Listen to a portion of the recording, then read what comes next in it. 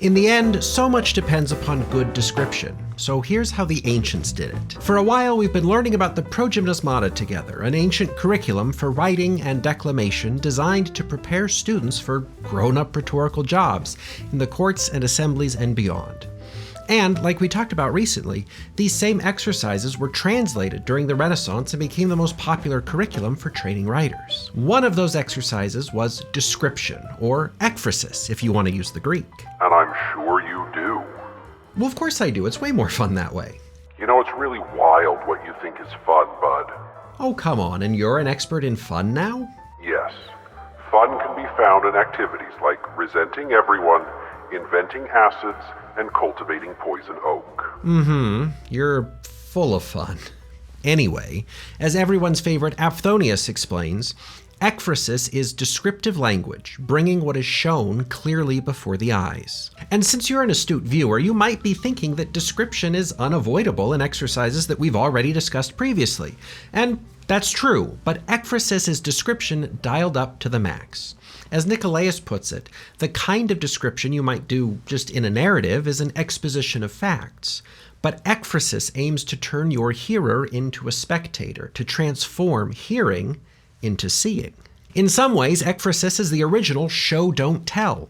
It's an exercise that's all about crafting descriptions so vivid that your audience feels like they're actually seeing it and not just hearing about it. Now at this point you might be thinking, wait a minute, I've heard of ecphrasis before. Isn't that a kind of poetry? That's not just about description though, so what's going on? Yeah, I'm sure everyone's thinking that. Everyone who's still watching, which is probably nobody, except for me, who's stuck here forever. Well, they're definitely related. Ekphrastic poetry draws inspiration from describing and responding to works of art. The ekphrasis that we encounter in the progymnasmata, though, is a broader and probably just earlier version that involves description generally. However, we can see evidence that even back then, description of art was a common practice. As Nicolaus puts it, whenever we compose ekphrases, and especially descriptions of statues or pictures or anything of that sort, we should try to add an account of this or that impression made by the painter or by the molded form. So in summary, ekphrasis is description, whether of art, people, places, battles, things, animals, or anything else that you could describe, and it involves description of actual qualities and also impressions and intended effects. So you might describe a gargoyle as being rough and gray and toothy, but also as horrifying. Remember, the goal is to turn your reader into a spectator. So make your description so precise that they feel like they're looking at the gargoyle, like they're experiencing it firsthand and not just reading about it. Which is great to say, but how? Well, you could just describe everything you see, every detail and aspect of the object in question, but that kind of seems like a path to burying your point in heaps of noise and extraneous information. The progymnasmata are meant to prepare writers for things like legal and legislative debates, so the idea really is to shape your description to a purpose, and not just to indulge in description for its own sake. So on that front, Hermogenes suggests that when you're describing actions or events, that you focus on chronology, and that suggestion makes sense if you were in court trying to establish the timeline of a crime, for example. But when it comes to people, seasons, things, or whatever else, Hermogenes instead encourages students to prioritize what is beautiful, useful, or unexpected. So why write an ode to the lilies on the hill? Because they're beautiful. Why write technical documentation about the new software? Because it's useful. And why spend time writing about an intersection where everything proceeds as planned when you could write about the time the traffic lights were out and everyone had to figure out whose turn it was to go? I'm sure Hermogenes' suggestion to focus on describing the beautiful, useful, or unexpected isn't an exhaustive list, but it does point you in the direction of what is and isn't worth describing. When you describe the summer sky, for example, it's probably not worth spending time telling us that it's blue. Well, unless there's something especially beautiful or unexpected about the shade of blue, for example. Does the suspected double agent in your novel have a distinctive scar on their ring finger? That might be useful to know later, so it could then be worth spending some time describing it. When you're just practicing description as a skill, you should feel free to describe whatever you happen to notice. But when you're practicing description as a rhetorical tool, it's useful to ask yourself why something is worth describing. If there's a reason to mention it, go for it. But if not, mentioning unnecessary details could distract your reader from the things that they really need to be paying attention to. But it gets even better. Elias Theon describes ecphrasis like this. The virtues of an ecphrasis are as follows. Most of all, clarity and a vivid impression of all but seeing what is described. Next, one should not recollect all useless details, and should make the style reflect the subject. So that if what it describes is colorful, the word choice should be colorful. But if it is rough or frightening or something like that, features of the style should not strike a discordant note with the nature of the subject. So yes, not only are you practicing purposeful description, but you're also practicing describing things in a style that suits the things you're describing. So if you're writing about the desert, try writing in a style that's dry, abrasive, and sparse.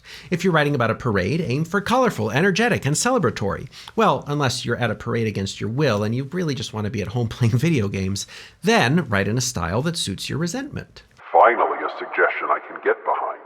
And it could probably go without saying, but just to be sure, the versions of the Progymnasmata that we have all pretty uniformly talk about visual descriptions, but there's no real reason to limit yourself to only one of the senses. Aphthonius says your description should bring the object before your reader's eyes, but why not bring it before their nose or ears? So that's the official version, but how could we make ecphrasis a part of your writing practice? Well, first things first, just describe stuff. The visual arts have a long tradition of things like still life paintings, and I really don't see why you couldn't do something similar with your writing. Scatter a bunch of stuff out on the table and just describe it. And I also admire the artists who have a practice of painting or sketching the same thing multiple times. If a watercolorist can do it, why can't you go out to the beach every morning and describe what you see? Or set a banana on the counter and describe it every day for a week. At the same time, practice describing things in different ways. If you have the same mug at your desk every day, describe it one day in terse, simple sentences, and the next in elaborate, fluid prose. For fun, describe your mug in iambic tetrameter, or make a collage of verbs without any nouns and see what happens. Whatever you're doing, developing the ekphrastic side of your craft is a great opportunity to work on precision and specificity. Sure, the leaves of the rabbit brush are green, but they're not just green, so practice describing their silvery, barely celadon patina, and note that we're naming the rabbit brush and not just calling it a shrub. Or detail the incendiary hatred that roared in your heart while the Grand High Council of Alchemists pronounced you a caput mortuum and sentenced you to eternal exile. How it burned like phosphorus and bright as magnesium. Sorry, did you have something you wanted to say? Oh, now we're listening? Well, why not? No, I have nothing to say. What good could come from rehearsing the incident? Well, it might make you feel better, bud. I'm trapped in a cursed artifact on a shelf with you. Inconsolable doesn't even begin to cover it. Just finish your video. Okay, maybe later. Well, from there, you can practice using your descriptions more purposefully. You can describe the last green glow at the sky's edge after sunset objectively, or you can infuse it with the warmth of sitting in the back seat of the car on Saturday evenings while your parents listen to the radio on the way home from a day of errands. That gets us back to the original task of not just describing physical aspects of things, but also their effects on the observer.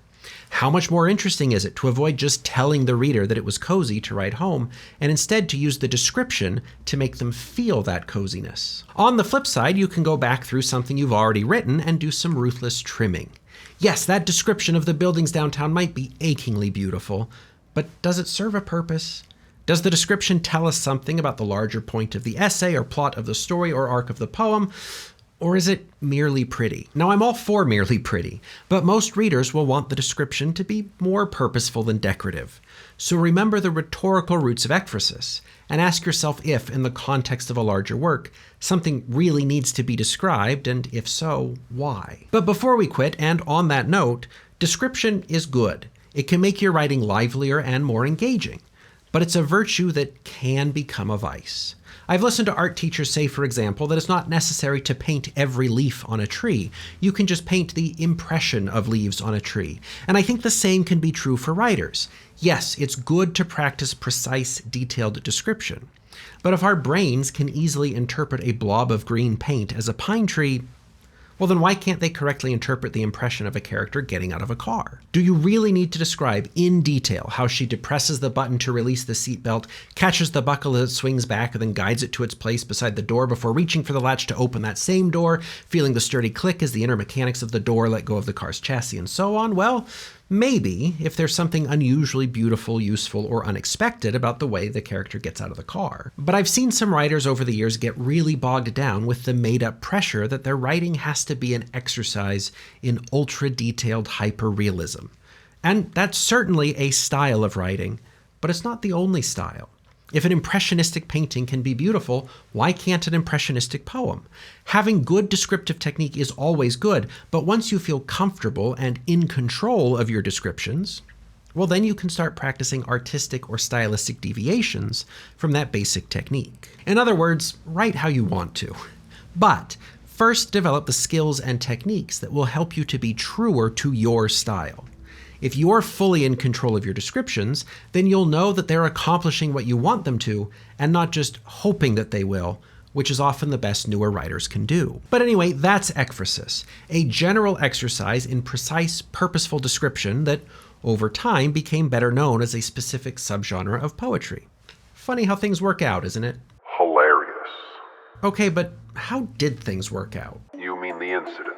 Well, yeah, but only if you want to share. I don't, but if it'll get you to never ask me about anything ever again, here goes. Call it what you will. The council labeled it dark alchemy. After perfecting Chrysopoeia, I was bored and turned my attention to the alchemical manipulation of life itself. Test subject, the carnivorous goat. Oh, they were fine beasts, stout and full-coated, indistinguishable from other goats save the fangs that arced gracefully from their jaws like a twisted reflection of their horns. Well, that and the psychic powers, it was an unavoidable consequence of the carnivorization process, but it had its uses. Creatures as dangerous as those needed a mental leash. Either way, I'm no amateur, and they were kept in containment pods at all hours. Well, until the incident. I had been called to the home of my last ally on the Grand High Council. She wanted to know what I was doing.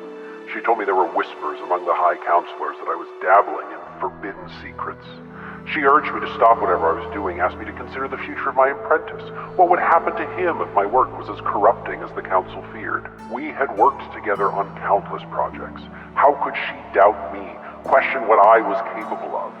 I was trying to show her that my work was only forbidden because the council feared it.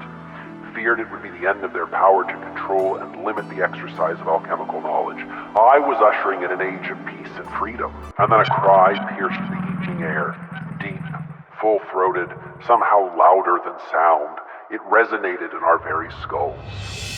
It wasn't possible. I was the only one who could open the locks. Even then, my apprentice would have known to initiate the emergency lockdown. But there, rising from the direction of my lab, a plume of smoke curled its wicked way through the atmosphere, deepening to a vicious red in the setting sun. I took off without a word, my friend shrieking, asking what I'd done. I flew against a crush of lesser alchemists, all fleeing in their own chaotic murmuration, screaming needlessly about monsters and demons. The council had done their job, reducing the once great society of alchemists to a throng of sniveling incompetents, pliant, subservient, and unquestioning. By the time I arrived at the laboratory district, the sun had set. Once within range, I exerted the mental tethers that subdued the goats. Powerful creatures though they were, I saw no obvious reason for the fires that raged across the district. Sure, they were dangerous animals, but they were not skillful arsonists. Besides that, the district was eerily empty. Of course, most would have fled, but there were no cowering apprentices, no lab hands working to extinguish the flames. I brought the goats to heel and herded them towards my own lab.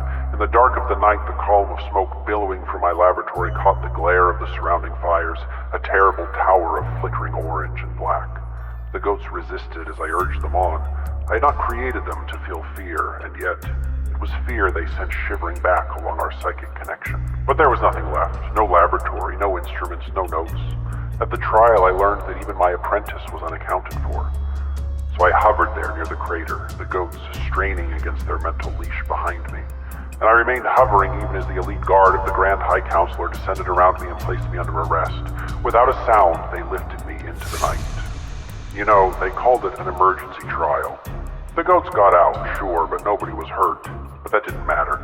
They were proof enough that I was dabbling in dark alchemy as defined by that spoiled brat of a Grand High Counselor. But you know all that. Happy now? Well, Bud, that's a... Don't sympathize. My friend didn't even go to the trial, and now I sit on this shelf like a common knickknack. I was so careful, too. There's no reason the goat should have gotten out. I can only assume my apprentice was consumed in the blaze, all for the High Council's jealousy. Wait, you think they set you up? Wow, you are a genius.